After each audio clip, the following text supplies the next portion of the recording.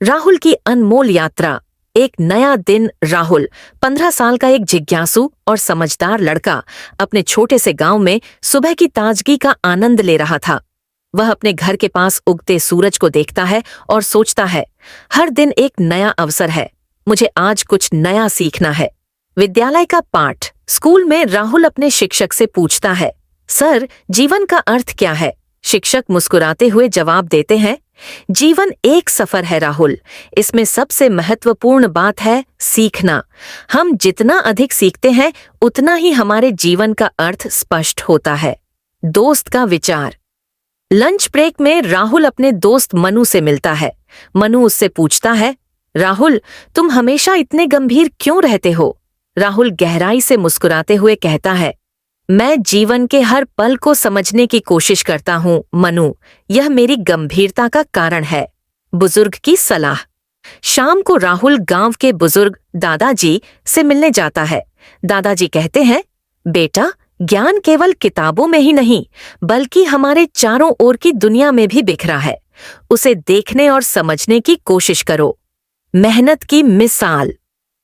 राहुल अपने खेत में काम कर रहे पिता को देखता है और पूछता है, पिताजी, आप इतनी मेहनत क्यों करते हैं?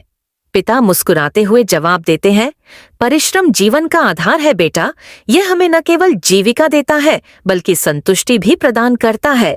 प्रकृति की छटा। एक शाम राहुल गांव के खेतों में टहल रहा होता है। वह सुंदर सूर्यास्त को देखता है और मन में सोचता है, प्रकृति हमें सिखाती है कि हर चीज का अपना समय होता है और हमें इसे उसकी गति से चलने देना चाहिए। किताबों का खजाना। रात को अपने कमरे में राहुल अपनी किताबों को देखता है और सोचता है, इन किताबों में छिपा ज्ञान अनंत है।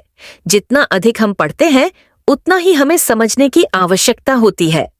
माँ का स्नेह। राहुल की माँ उसे रात का खाना देते समय कहती हैं, बेटा, जीवन में केवल ज्ञान ही नहीं बल्कि स्नेह और करुणा भी महत्वपूर्ण है, बिना इनके जीवन अधूरा है। गांव की सैर आई से। अगली सुबह राहुल गांव के विभिन्न हिस्सों में घूमता है। वह देखता है कि हर व्यक्ति अपने काम में जुटा हुआ है। वह सोचता है, हर व्यक्ति का जीवन एक अद्भुत पाठ है जिसे हमें पढ़ना चाहिए। नदी का किनारा। राहुल नदी के किनारे बैठकर बहते पानी को देखता है। उसे महसूस होता है, जीवन भी इस नदी की तरह है, हमें इसके साथ बहना सीखना चाहिए, न कि इसके खिलाफ जाने की कोशिश करनी चाहिए। मुश्किल घड़ी। राहुल और उसका दोस्त मनु एक दिन एक कठिन समस्या का सामना करते हैं। राहुल समझता है कि कठिनाइयां जीवन का हिस्सा है और ये हमें और भी मजबूत बनाती है। असफलता की सीखन। राहुल के दादाजी एक शाम उसे समझाते हैं, जीवन में असफलताएं आती हैं, लेकिन असली सीख इन्हीं असफलताओं से मिलती है। असफलताओं को अपने रास्ते का रोड़ा न बनने दो, बल्कि उन्हें अपने कदमों की सीढ़ी बनाओ। समाज सेवा का आनंद था।